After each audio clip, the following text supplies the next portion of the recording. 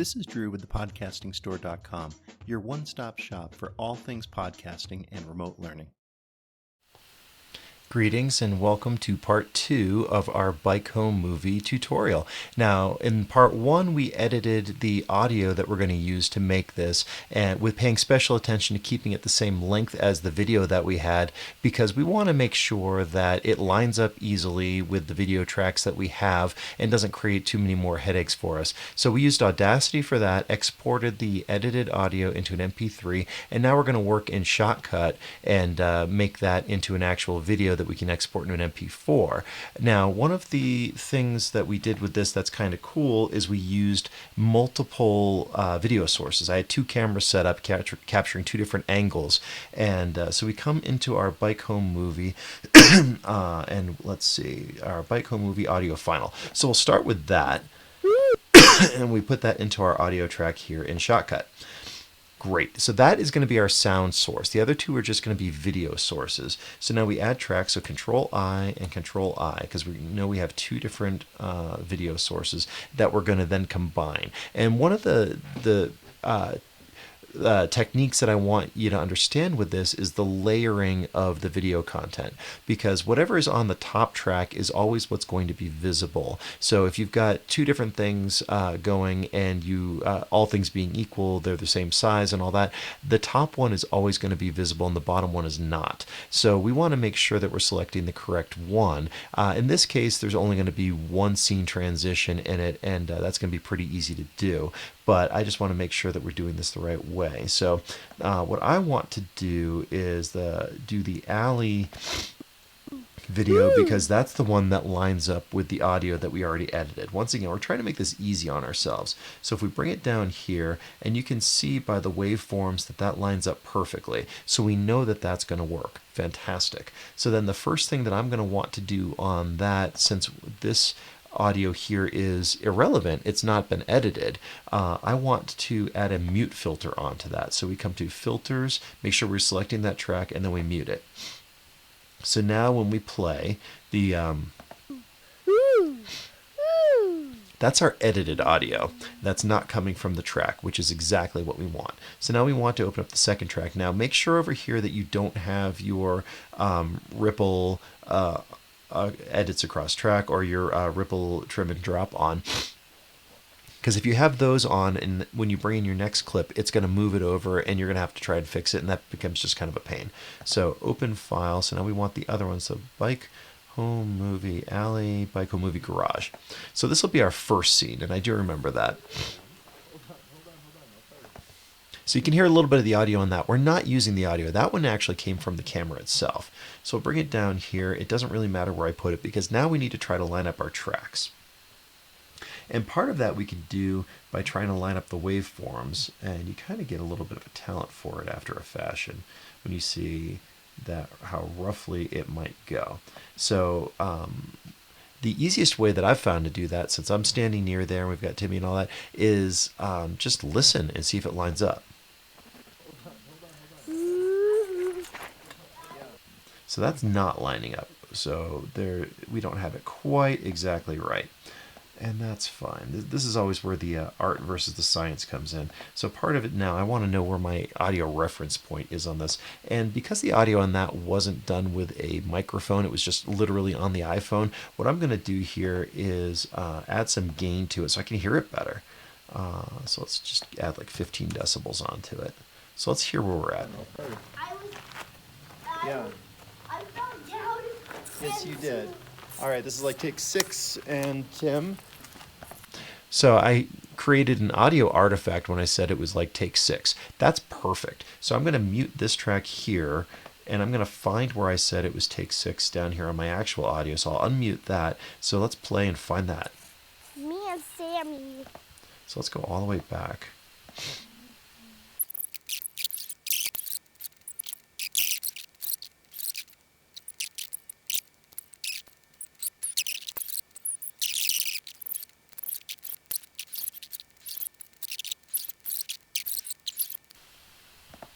Hold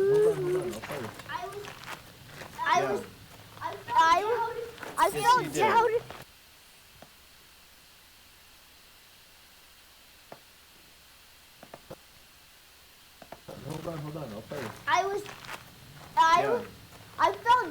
Got it. Yes, you did.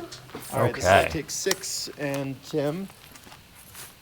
Okay, so at this point, I definitely want to save because it's my audio track is lined up now. So now the rest of this is going to be smooth sailing. So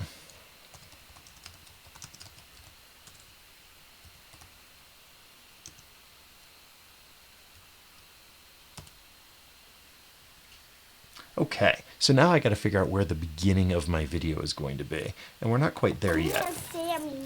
Oh, well, actually, first thing I need to do is, now that I've got my video tracks lined up, I want to mute the audio source on this one. I mean, I added gain and volume onto it. Definitely subtract that, doesn't matter. And then I'm going to mute that.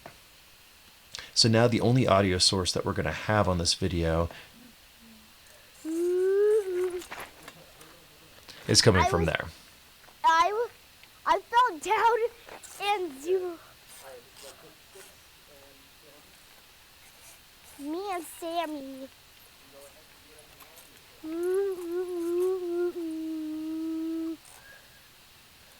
I'm making sure I'm not getting it too tight. So I'll probably start it right about here.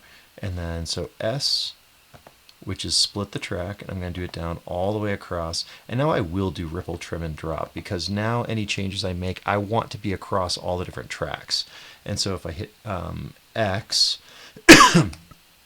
that takes care of all of them and keeps the tracks aligned. So it'll delete the part on that side of the player head and keep them all together. So now if I go all the way here, this is now the beginning of my video. Stylistically speaking, what I like to do then is do a fade in. That's just a preference of mine. So I'll do fade in video. Since there's no audio coming off of that track, it doesn't matter. And then I'll do a fade in audio on the audio track. Now I'm only doing it on the V2 and the V1 track, and I can actually rename those, and I probably will. So I'll call that one garage because it's in front of the garage out in the alley, and I'll call that one alley, and because that's where it is. So that way I'll now know which track does which one. But because the garage track is on top of the alley track, you won't see it. Now if I were to block it out, then you could see that. But again, there's nothing to see there because he's not riding his bike there. So this is going to be a pretty simple edit as far as that goes. So we go forward here and we can watch Timmy riding on his bike. I'm not getting it too tight. So the other thing that I'm going to want to do here, because that's just me from another personal preference standpoint, is this is slightly tilted. And I want to make that look a little bit nicer. So size, position, and rotate. Make sure you're selecting the correct track. And then rotation, let's see which way we want to go. We don't want to go that direction. And you see, if you rotate it, you can see what's underneath it. So we're also going to want to increase its size, but we're not there yet. So I probably want that at about a -4. 3. And again, you can just play with this stuff. Yeah, actually, I wanted it more just a +2. Again, you just mess around with this stuff. Actually, and you can even grab it up here and twist it just ever so slightly. Of course, that's back to 0.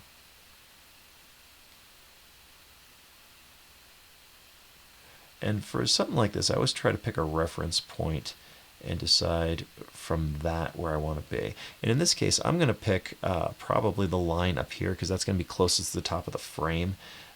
So that way it visually looks like something. So now you can see though it's kind of jagged. So we want to zoom this ever so slightly. I'd say probably about 115, 120. So now it fills up the frame and it's roughly 4.5. Yeah, there we go. So we don't have to worry about seeing what's underneath it. That's all filled up there, and now it actually looks like something. So let's keep playing it there.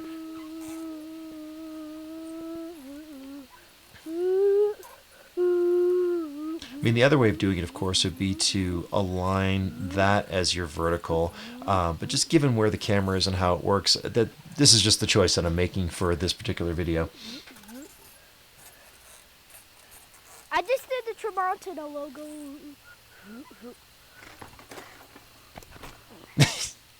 And he dumped the bike again. That was a noob. Now, that was a noob.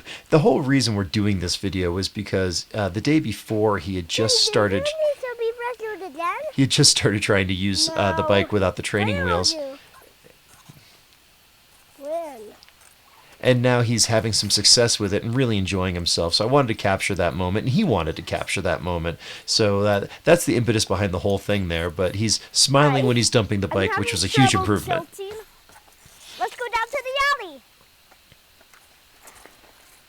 Okay, this is an important part of the video because this is now where he's going off frame, and we know that it's coming. Now, I could do a bunch of different things here in terms of artistic choices, but the thing that I'm kind of interested in, as we see in the alley, we could do a quick cut, we could do a crossfade.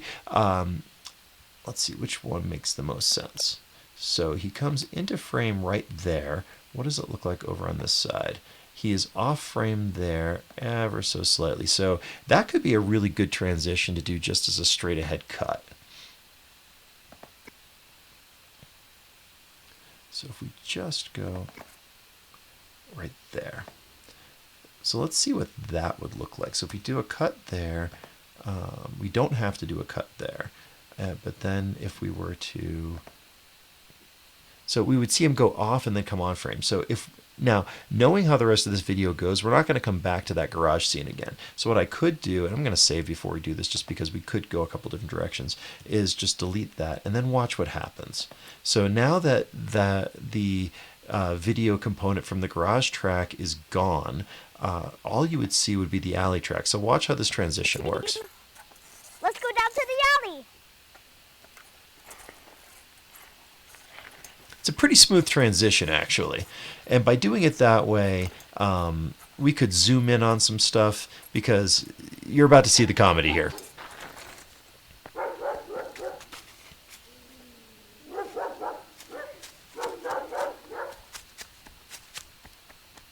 Yes, he left his bike.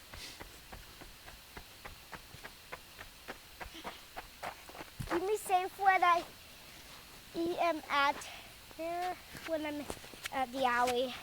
I just saw dogs, but then I fell down. So I just saw a dog and then I fell down. That's a great place to end the video. So that's what we're going to do. So let's...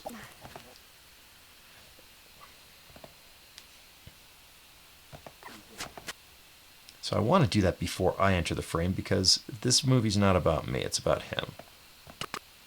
So there we go, right there. So we'll cut that, and we'll cut it there, delete that, and then we could fade out. So we come over here to our filters, fade out video,